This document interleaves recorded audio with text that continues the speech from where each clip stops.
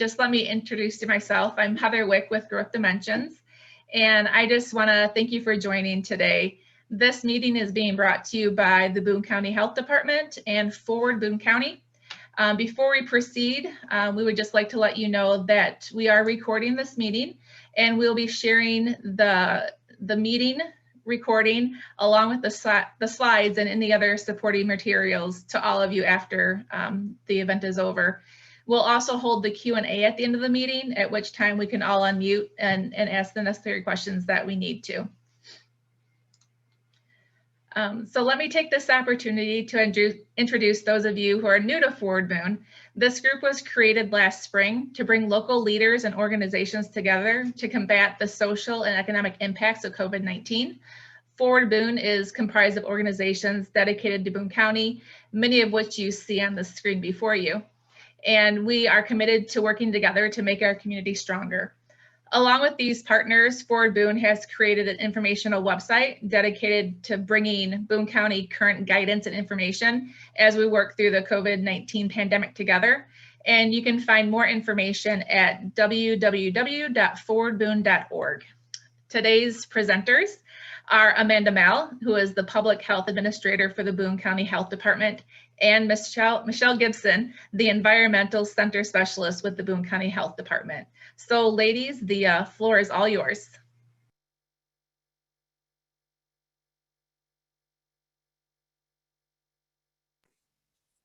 Thank you very much, Heather. If you could, I can't see your screen yet. If you want to go ahead and pull it up.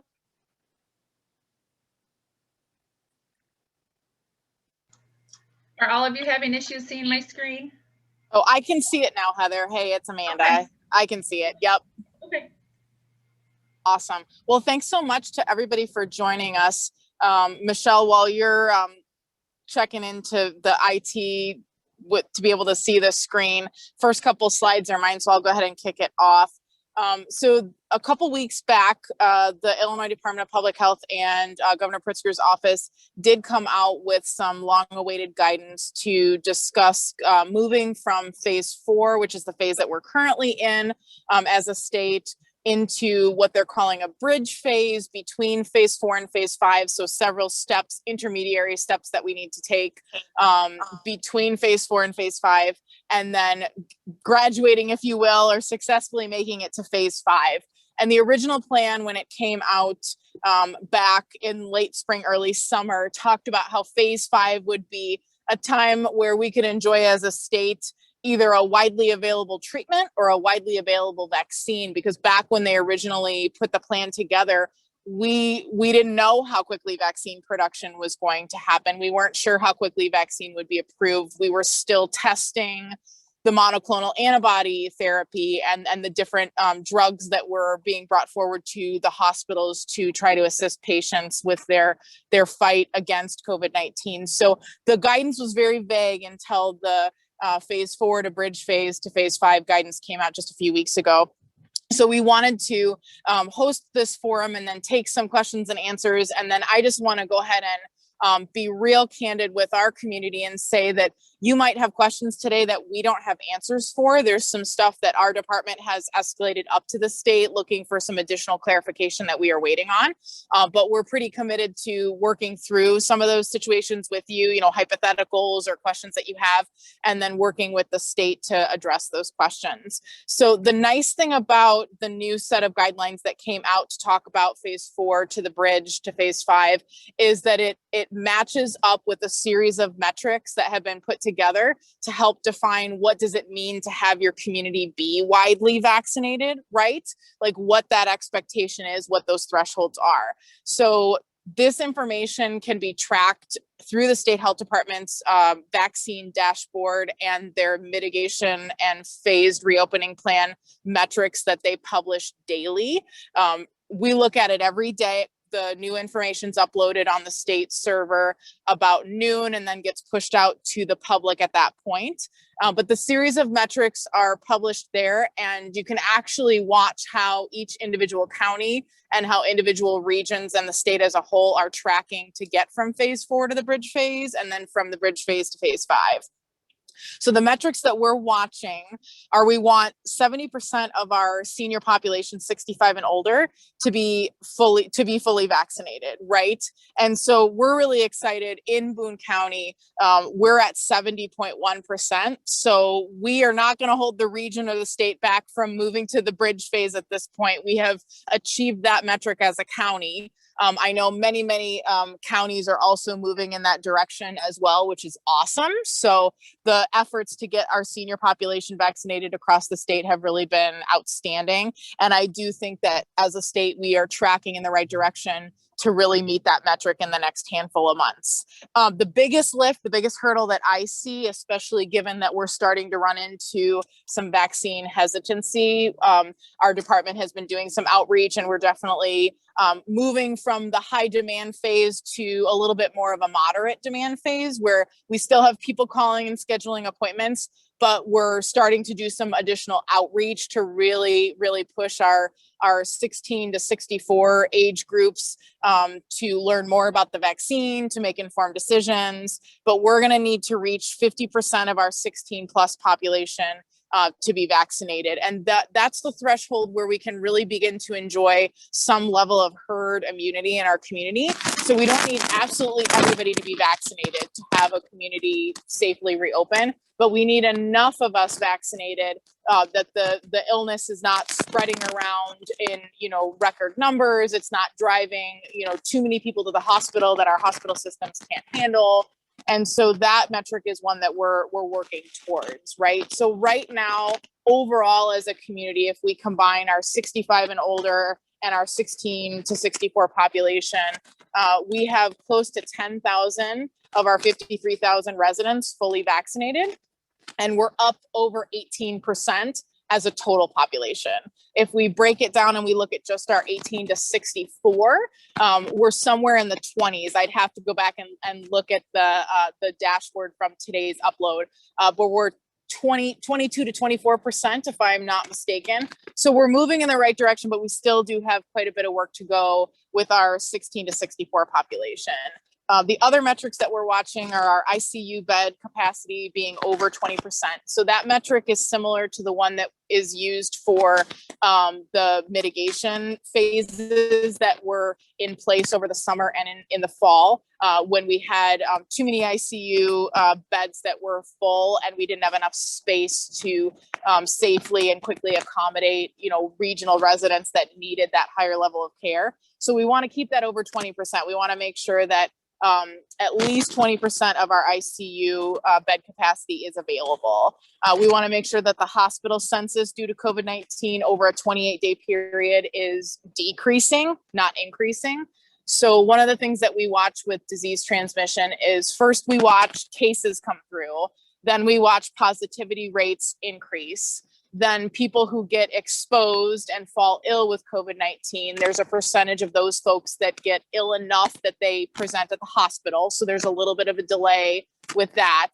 And then the folks that enter into the hospital, some of them have even more complications that drive them to need a ventilator or end up in ICU care, or unfortunately, some of them lose their lives to COVID-19. So it's a progression, right? It can take 14 to 28 days to see the first initial increase of cases to where then our hospitals are overwhelmed. So when we start to see those warning signs, that's what we're watching. So to back out of those warning areas also takes another 14 to 28 days, right? Because numbers don't just change overnight. The progression of an illness circulating in a community is a process, right? So that's the reason for that 28-day snapshot that they're watching for. It's the other reason that we use 7-day rolling averages when we look at numbers like positivity rates, because you could have one day where a whole bunch of people get their results back and they're all positive.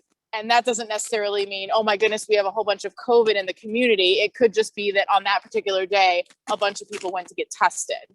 So we use progression points, 14, 28 days, and we use rolling rates so that we're not jumping the gun and sounding an alarm on something that's not a real issue in the community. We want to watch those trends, right? So same with mortality. We want to watch that decreasing mortality rate over a 28-day period. And then we also are keeping a very close eye, and this is sort of the wild card right now. And I know I'm spending a lot of time on this slide, but I just really think it's important for people to understand that the decisions that are being made are being based in facts and being based in data that are available on our residents and what's happening in our region, right? So we have started to identify these variant strains, the strains that are coming out of South Africa and Brazil and the United Kingdom. We've started to identify some of those variant strains in our region. We're watching that very closely because several of those strains are quite a bit more transmissible and contagious than the original COVID-19 strand that we were dealing with back in the spring. Viruses are interesting. They mutate and they change their genetic makeup every 14 days, every couple of weeks. They're smart enough to get into somebody's body and start to reprogram and redo their DNA sequencing, which is crazy to think about, but it's the reason why we do end up with these variant strains. So these metrics may change. This is kind of the caveat. They may potentially change if we see one of these variants become increasingly widely circulating in our region or in our county or in the state. And if that then causes a quicker spike, a quicker upward trend, and drives more people more quickly into the hospital, that's something that we'll have to keep an eye on. And so metrics on that are not currently created, but it's a situation where we're monitoring that. If we needed to have an additional set of metrics for a particular variant strain that was more contagious or more transmissible, then the state is prepared to do that if it's necessary. Next slide.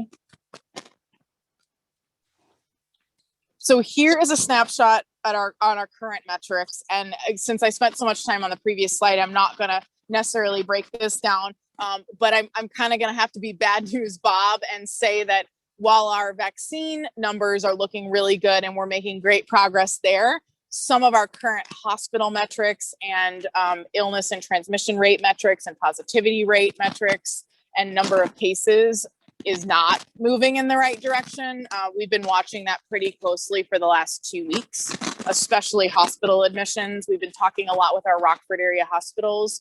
They are seeing an increase, and it has become statistically significant. So that being said, our vaccine numbers look really good, and our rates and cases and hospitalizations are not moving in the right direction. So today in Boone County, for example, our published positivity rate was 8%, which has gone up consistently over the last 2 weeks. So one of the questions we have posed to the state health department is, will mitigations be a discussion point in the next, week or two? Is that something we would expect to see in Region 1? Would we expect to actually take a few steps back in the wrong direction? Would we end up going from being in phase 4 to being in a mitigation state until we can, get the hospital census back under control, until we can make sure that our residents are being properly cared for and that we're not putting people at risk for major complications or death? I don't have an answer on that yet. I know that they are working on the plan for what happens region by region if, some regions stay in phase 4 and begin to progress towards the bridge phase and other regions have to take a few steps back.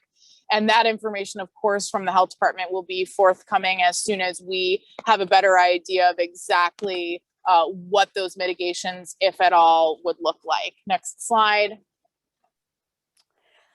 Yeah, so while Amanda explains what the cases would look like and what we're looking for as far as metrics, I just kind of want to talk about what is happening with those metrics based on what she mentioned, what we can do with that. So we had a plan that we got from the state that was called the Restore Illinois Plan. And I'm sure that many of you have heard of it. We've been in various phases.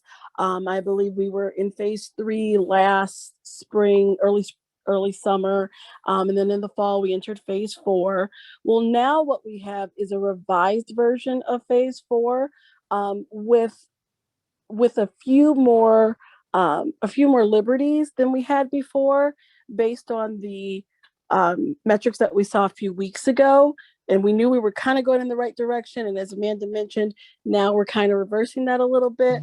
But based on the metrics that we saw 2 weeks ago, these are the expanded and more liberal parts of phase 4 that have changed. So I just kind of want to go over what phase 4 means now and how it's a little different. The state basically is kind of taking a dial approach where they open up a little bit at a time. You know, they were at 50% and they move up a little bit more based on those metrics. Next slide.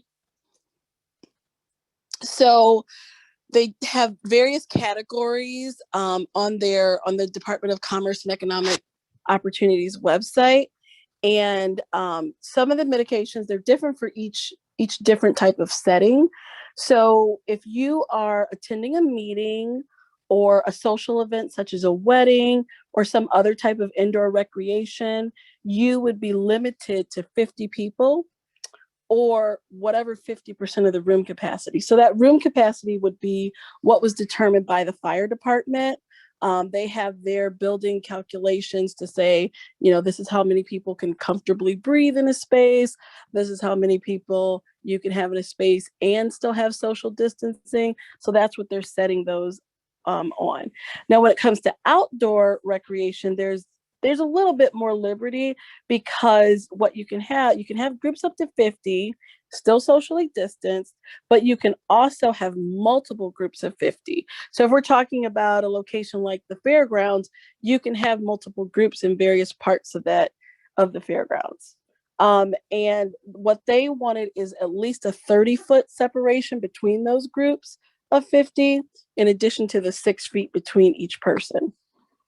For our festivals and any type of general admission event, let's say like one of our auctions or the Main Street Market, the calculation that they would like us to use as far as how many people are allowed to attend an event like that would be 15 people per 1,000 square feet.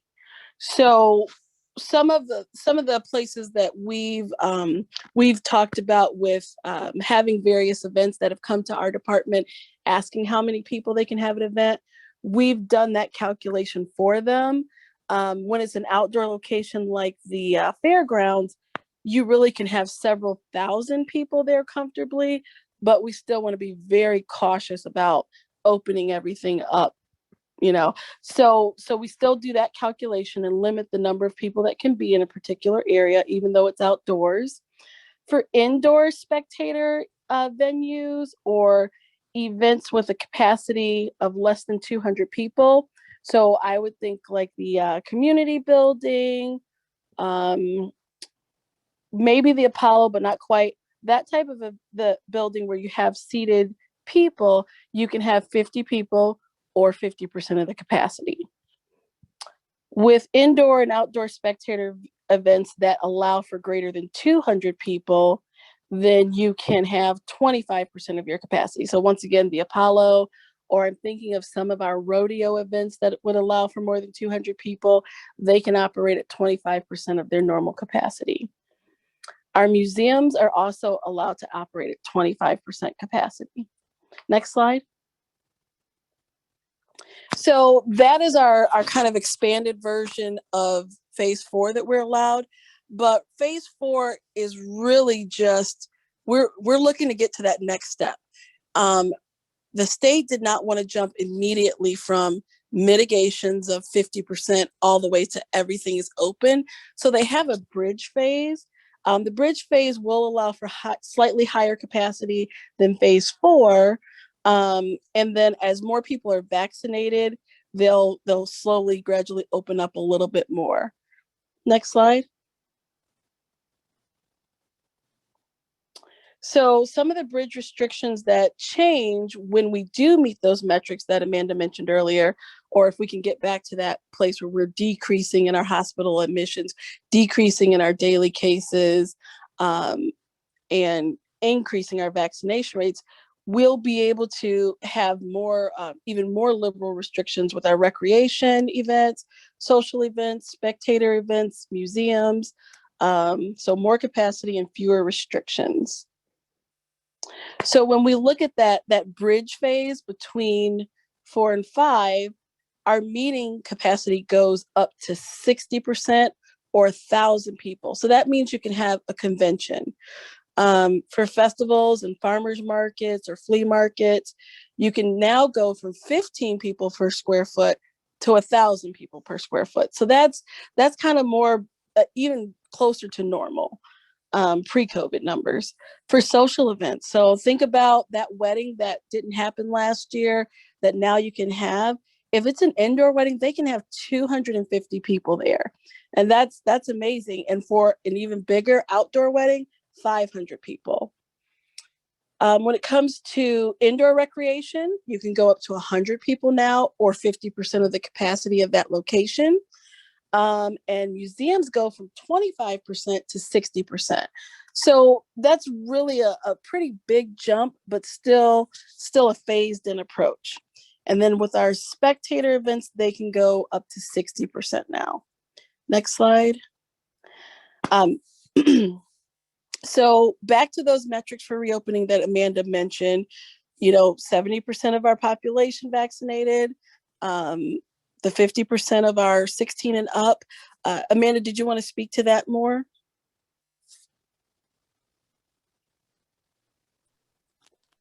Can you guys hear me? Yep.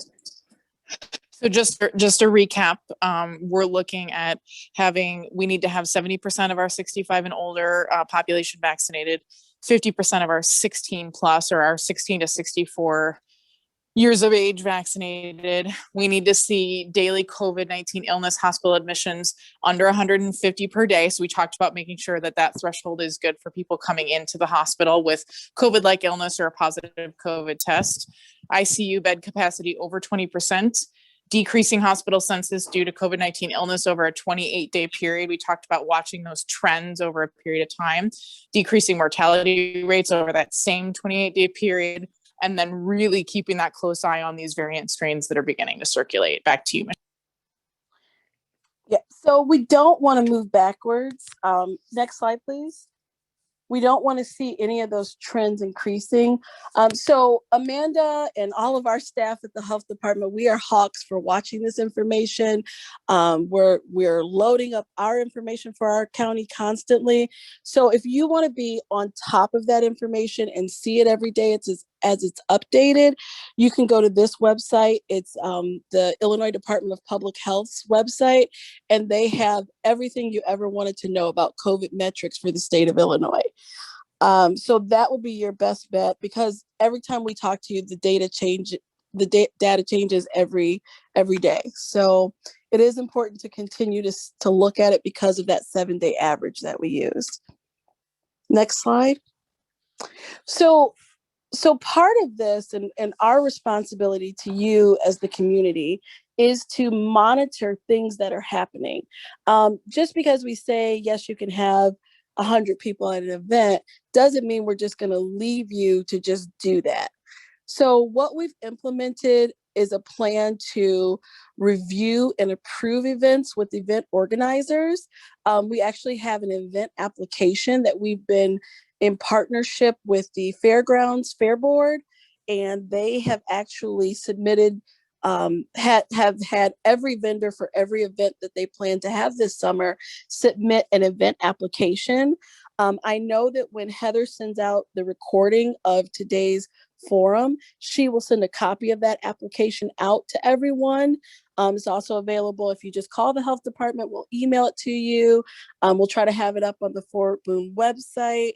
But if you see it and you're planning to have an event, I am happy to just one-on-one talk you through the paperwork and what we need. It is a longer application, but it's not as complicated as it might look. We're just asking you for basic information because we want to be on top of events. We want to be able to observe events if we're concerned about the size. So we're going to ask you for the location information. We're going to ask you for an on-site contact that we can be in touch with while we're there in case we see something or get a complaint about something. We can have it immediately addressed during that event. We're going to just ask you about, how are you monitoring symptoms of your staff, your vendors? Do you have a way to contact those people in the event that there's an outbreak?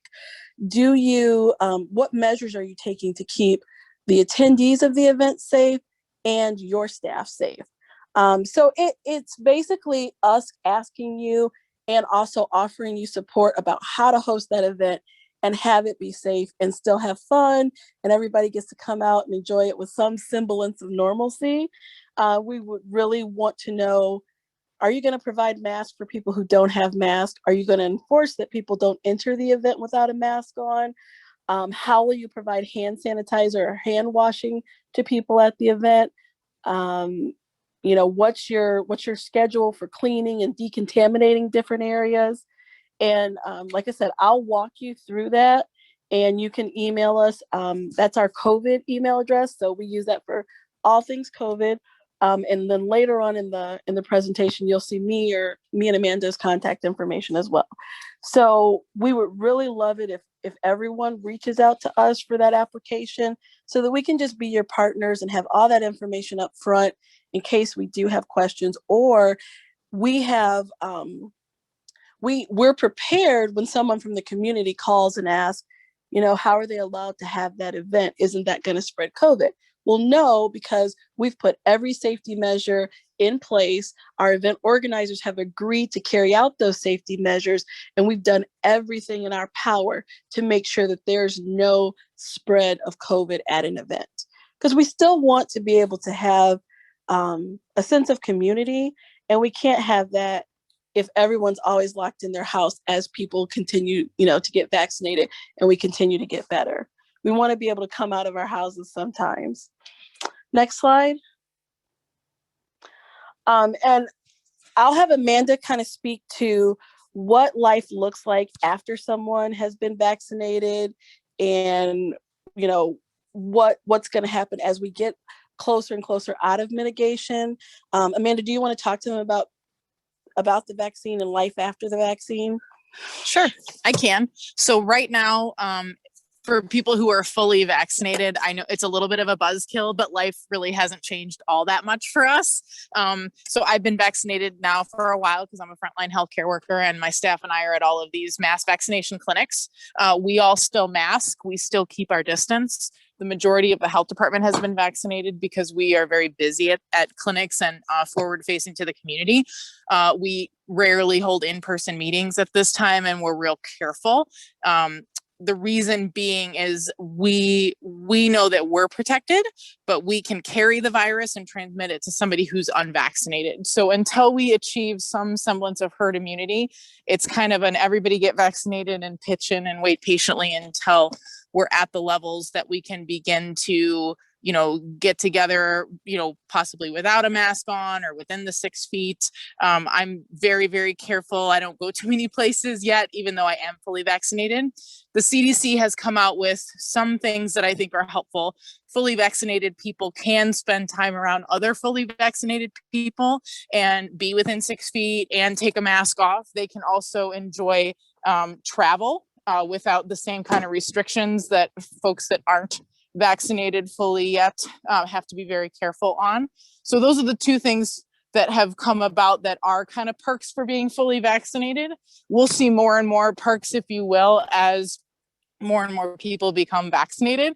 But for the time being, for those of us that are lucky enough to have already received the vaccine, we're kind of in a holding pattern, if you will, right? Like we've been vaccinated, we're trying to get others vaccinated. And then once we achieve those herd immunity levels, then we start to pull those masks off and be able to have events where we're in closer proximity to each other. Next slide. Next slide. So we have appointments available through the health department for a variety of different clinics. We are going live next week with general population vaccination. So we're already taking appointments for anyone 18 and older in Boone County that's a Boone County resident or works here that would like to be vaccinated for the middle to the end of April, because April 12th is the go live date for all Illinoisans that are 16 and older to be vaccinated. There's one vaccine company that is vaccinating and approved to vaccinate individuals that are 16 and over, and that's Pfizer. Our department does not regularly get shipments of Pfizer. So if we do have a 16 or a 17-year-old that calls, or a parent that wants their child vaccinated, that is in that 16 to 17 range, then we refer them to one of our neighboring counties that does have a clinic that is regularly receiving Pfizer. Periodically, we do get shipments of Pfizer, and our plan going forward is to prioritize the younger age brackets when we do receive that brand, because it is approved for starting at a younger age. So if you see a press release that says 18 and older, it's not because we're trying to leave 16 and 17 years of age out. It's because the vaccine that we know we're receiving for that upcoming week is only approved for 18 and older. So we've got clinics now stretching into May. We have appointments available. I was just talking to my scheduling team this afternoon. We do have appointments available currently that general population can call and make an appointment starting next week to be vaccinated. So anyone on this call that can help get the word out, we really appreciate it. Our department can't wait to get back to normal. We are living pandemic fatigue to its fullest. This has been a very, very exhausting experience for the members of the Boone County Health Department, and anything we can do to keep people safe and move our way through the bridge phase and into phase 5 will make us all, as well as all of you, very happy. Next slide. So I talked a little bit about this. So what you can do once you've been fully vaccinated, the things that you are able to do once it's safe to do so, especially if you're going to be spending time with other people that are fully vaccinated. So we've been pushing this information out to make sure that our residents know what is and isn't safe right now. And I think another thing to mention is if you're getting a 2-dose vaccine, whether it's Pfizer or Moderna, you're not fully vaccinated until 2 full weeks after that second dose, right? And so once you have that first shot, is not the time to go to the bar and get excited and hang out with a bunch of people, because you're technically not fully protected yet. Next slide. All right, so we are definitely here to answer any questions that you guys might have. And we're going to open it up. I believe Heather's going to open it up so that you can ask questions. You can do it in the chat, or you can verbally, push the raise your hand button. I don't know, Heather, do you want to give them directions for how to ask a question? Yep, absolutely. I'm going to go ahead, and all of you are going to receive a message just asking you to unmute. So if you want to unmute and ask your questions, we'll go ahead and do that now. And then I'm also going to stop the screen share. Again, we will be providing this out to everybody later. I just thought just by stopping the screen share, we'll have a better opportunity to see each other. So everybody should have the ability to unmute now, and we can start with the Q&A. Okay, and I think Sue? Yeah, I'm sorry I was late to the meeting. I was having trouble getting in, but so you have the form for events, and when do we need to start? If we want to hold an event, when do we need to start doing that? It would be helpful for us if you gave us the form a month in advance. That way you have time to prepare for anything that we may suggest you change, or, if it's just better to give us a little bit more time, because things are pretty busy for us right now. So a month, definitely no less than a week. So, but preferably a month before the event. Okay. We're going to have a series of events. Like I'm Jennifer. I'm the interim director at IDA.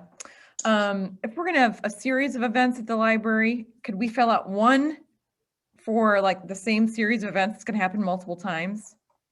If the event setup is the same, then you can just put all of the dates for the events. If you're, I believe you're having a series of events, but if you're pretty much setting up things the same way and there's not any major changes, yes, you can fill out just the one form.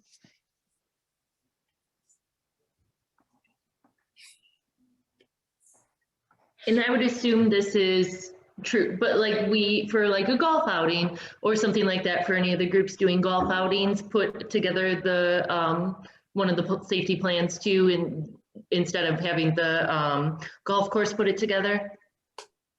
That would be up to you guys. I think I would need information from both the event organizer and then who their who their contact or go-to person at the location or the venue is.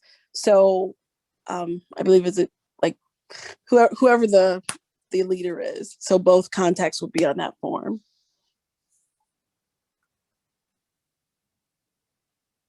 Right, and we also had something that just came through from Kelly at the Council on Aging. She said, I may have missed this, but did you define what is considered an event? So in the document, it talks about different types of events, and it classifies those events as being static events. People enter, sit down, and leave.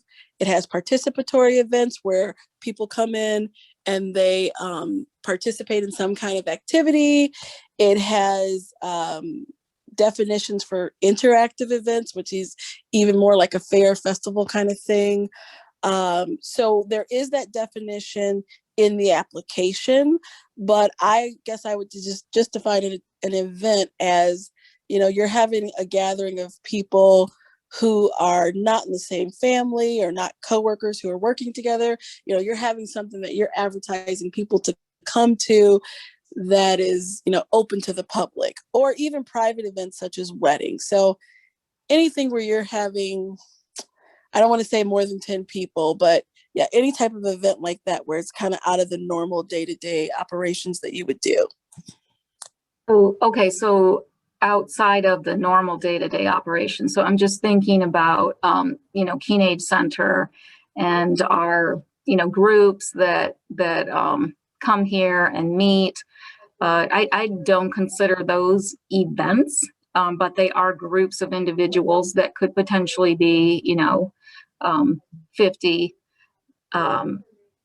So I'm just trying, and maybe I need to chat with you individually. I'm not sure if this is applicable to others or not, but just trying to kind of wrap my head around what's considered an event. Like if we have an exercise class, or, Jen's got exercise classes with large groups of people, those are not considered events.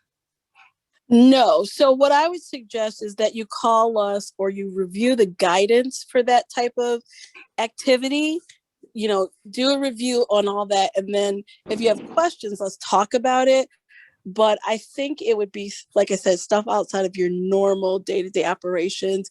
And my thought is more, you have someone that is an accountant, and once a year they host this big gathering or this big event, and they're not familiar with the daily activity of keeping the public safe like a restaurant owner would be. So when you're doing something that's outside of your norm, the people who are coming are not regularly attending this type of activity, and it's volunteers and the public coming in for a scheduled event. I don't know. I guess if it's like, give me an example of what type of a meeting you would have that you're questioning. Well, Teenage Center focuses on recreational type activities. So, there'd be people playing cards or pool, or gathering for discussions, or, some of them do wood carving, for example. So it's a recreational groups getting together. But it's just not like an event. What I would say is, for something like that, we wouldn't necessarily like write a letter of approval or ask for an event application, but it would be nice for you and I to just sit down and talk about what are the overall Teenage Center safety guidelines that you're following day to day for the public. Okay. And when we reopened in the fall, I had done something like that with Amanda. So I'll just plan to do that again at this. Okay. All right. Yeah, and so that's not necessarily something you need permission for. It's just something, if you have questions or you're confused about the guidance in any way, I would encourage you to reach out to me. All right, thank you. And Kelly, I'm happy to share. We have some verbiage already written up for recreational sorts of things. So I'm happy to share that with you as well. Yeah, that'd be fantastic if you could do that. I appreciate it. Yeah, that brings up a good point. I think I would encourage you to collaborate with other event organizers who may be using the same venue as you, and you can look at their maps, their plan, and then you can kind of see what worked in their at their event that may or may not work for you and adopt some of that. We don't have to, invent the wheel, reinvent the wheel here each time. We can take from other groups and use their material and their information as well. And provided we can share that with you as well if we know tips and things that worked. I think in the fall we shared, the Cosmo Club had a plan, and we used that as like a template for other organizations that were holding events. I'm just going to get to a couple of questions we have here in the chat, and then just a couple other ones that we have. Is it too early to plan on 4th of July events? Or maybe even like the Heritage Days, stuff like that? No, I would say the earlier we plan, the better. Now, you do have to keep in mind that the governor can make an announcement at any moment and say, you know what, we're closed again, no events. But I would still encourage you to start planning as early as possible. That way, if we do have it in mind that there's going to be some changes or restrictions are going to tighten, we can adapt and change for that.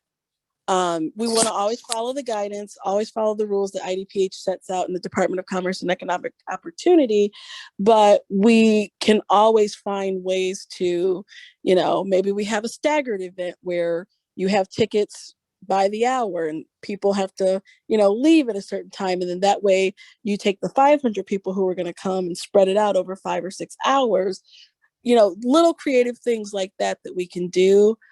So I know that I've met with some people who are on the Heritage Days committee, and we've talked about various things. So the sooner the better. The more time you give us at the health department to work with you, the better. And then the next one is is June 1st the next governor decision on phase 5? Do you have any insight on that?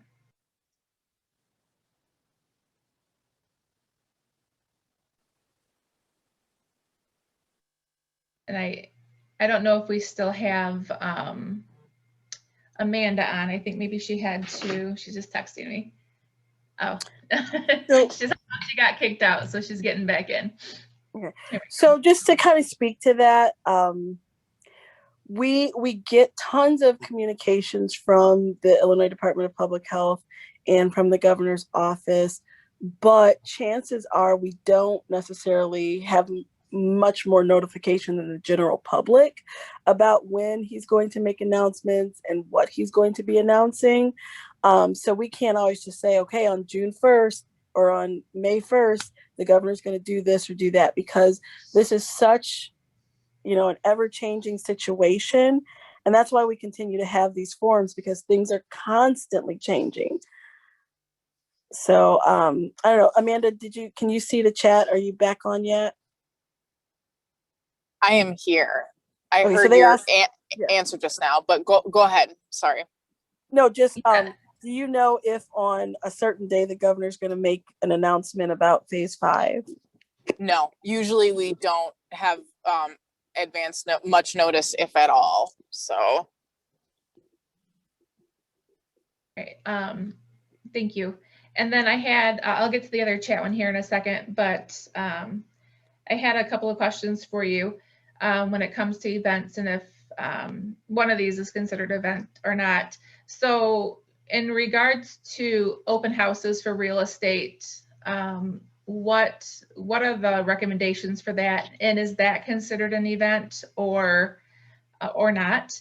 And then the second question is for graduations, for personal parties, not so much that event parties, or not event, community events, but for graduation parties and ceremonies, what do they need to do for that? Okay, so for the real estate agent and the open houses, I think that you should come up with a plan, your general plan for how you're going to keep people safe. But as far as filling out an event approval, I would say no, because that's just a very small thing. I would prefer you just call me for some quick guidance. And then the second one, sorry, I don't have it up in front of me. What did you say the other question was? No, that one was just written down here. It was kind of a two-part actually in that one too. I don't think I did a very good job asking it the first time. So for graduation, assuming at this point, right, that the school district, at least in Belvedere, they're planning on holding the ceremonies at each of the high schools outdoors. So this obviously would apply to them. But the other side with graduation parties, how do individuals and families go about making sure that their guests are safe with those? And do they need to fill out that request form as well for those? I think that if you're renting a large space, like if you're renting one of the golf courses or having it at the community building, it would be beneficial to go through that. If you're having a party at your house, I mean, I'm sure we have guidance for all that, but there's no way I can be in every house and, figure out what people are doing and keep an eye on that. And generally I wouldn't know about it unless someone complained after the fact. I just want people to reach out to us for guidance. It's the bigger, larger events where we're going to have 50 or 100 people or more that we're more focused on, and things that are open to the public, things that are for a more immunocompromised population, like things at the Keenage Center. So I think it's a case-by-case basis, and you really just maybe email me or call me and we'll talk about the event, because I don't want to generally just say, okay, everybody can have a house party and it's their own business and I don't want to be a part of it. I want to be here to guide you, but I don't necessarily have to require that event. And I don't know that Amanda would necessarily have time to approve, everybody's graduation parties. So as far as graduation itself, the event, I believe, and Amanda, correct me if I'm wrong, the state for the schools, they have different types of guidance for those types of events. It might not necessarily be something that they would run by us first. That's correct. So, yeah. And as far as private parties, people should be keeping the, wash your hands, watch your distance, wear a mask guidelines in place, right? Because there's not enough people vaccinated to know, well, if I'm having 10 people over, how many of them have been vaccinated and who can be around who, right? I think that's going to be really hard for people to do. We're not policing those events. We're not requesting people submit information for those events, but we're really asking people to proceed with caution, right? As they're thinking about maybe having their own private events in their homes this summer. I'm not planning anything myself personally until I feel like we're really out of the woods with this, because I just don't want to contribute to making this worse before it gets better.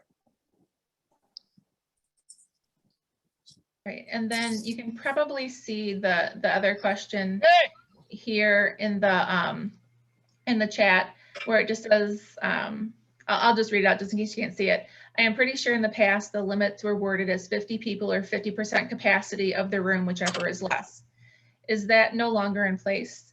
Earlier in this presentation, you mentioned it is 50 people or 50% of the overall room capacity, and did not say whichever is less, sorry.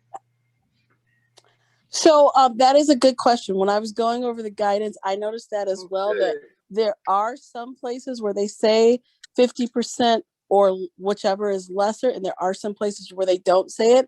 And I am not positive if that is possibly an oversight or if that is just how it is. So going over the guidelines, so let's see. When I look at guidelines for health and fitness, it says for phase 4, group fitness classes of 50 or fewer indoors or 100 or fewer. So it doesn't go very specific. And then when I go to other areas such as, so this one is for meetings, conferences, and conventions, venues with a capacity of less than 200 persons, lesser of 50 people, or 50% capacity. So it is just a case-by-case basis. Sometimes they say 50% or the lesser of the two. Sometimes they say 50 or 50%. I think it would depend on, once again, that fire department guidance for the capacity limits of the building. So, every building is different. What's 50% at the Apollo is different than what's 50% in the health department. And I think maybe I'm just looking back at it as well, Michelle, and it talks about limit to the lesser of 50 people or 50%. Mhm. Is in at least one of them. Does that pertain Yes. then to the indoor spectator as well? Okay. Okay. Yeah, like I said, each one is a little bit different. And I'm looking at the guidance that's titled Bridge to Phase 5, which is on that website I mentioned earlier in the presentation. So you just have to take it on a case-by-case basis.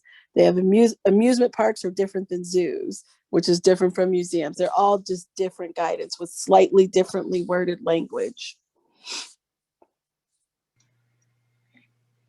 And that's something that we can make sure that we get updated on the Forward Boone site as well. So if anybody has questions on that, we'll make sure that that's updated to be a resource for you. Are there any other questions that anybody had at this time? Oh, I'm sorry. Debbie was asking, can you explain the 30-foot rule again? Okay, so what we've seen, so the bridge guidance says that you can have multiple groups of 50 or multiple groups of 100. And in previous documents, when they said that you could have multiple groups, they defined it that each group should be 30 feet apart. So when we had the Main Street Market, we actually had them cordon off areas with like a rope or tape. That was part of their plan so that they could say, okay, I'm monitoring this area and making sure only 50 people are in that area. No, that's not going to be perfect, but that way, if you want to have multiple groups of people, let's say you have an activity on one area, 30 feet later, you have another activity with those 50 people. I don't know if that explains what you wanted or not, Deb. But that was the closest example I could think of would be the Main Street Market. All right. Okay. She says yes. Thank you. All right. Are there any other questions from anybody on the call? Anything that the health department? Stu, go right ahead.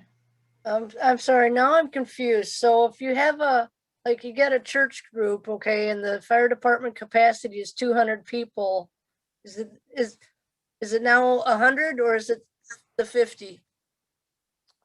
So for meetings, I guess that would be the kind of the closest thing I could think of if it's a non-service, non-congregation type event.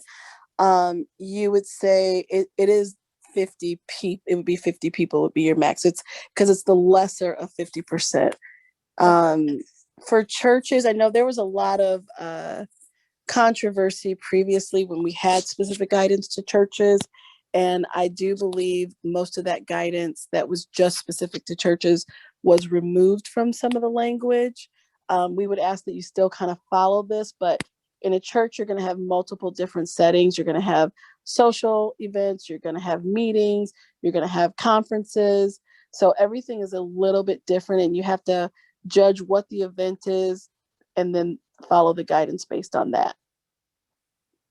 So if there's food, follow the dining guidance. Okay. Go ahead. I'm sorry if I cut somebody off. Okay.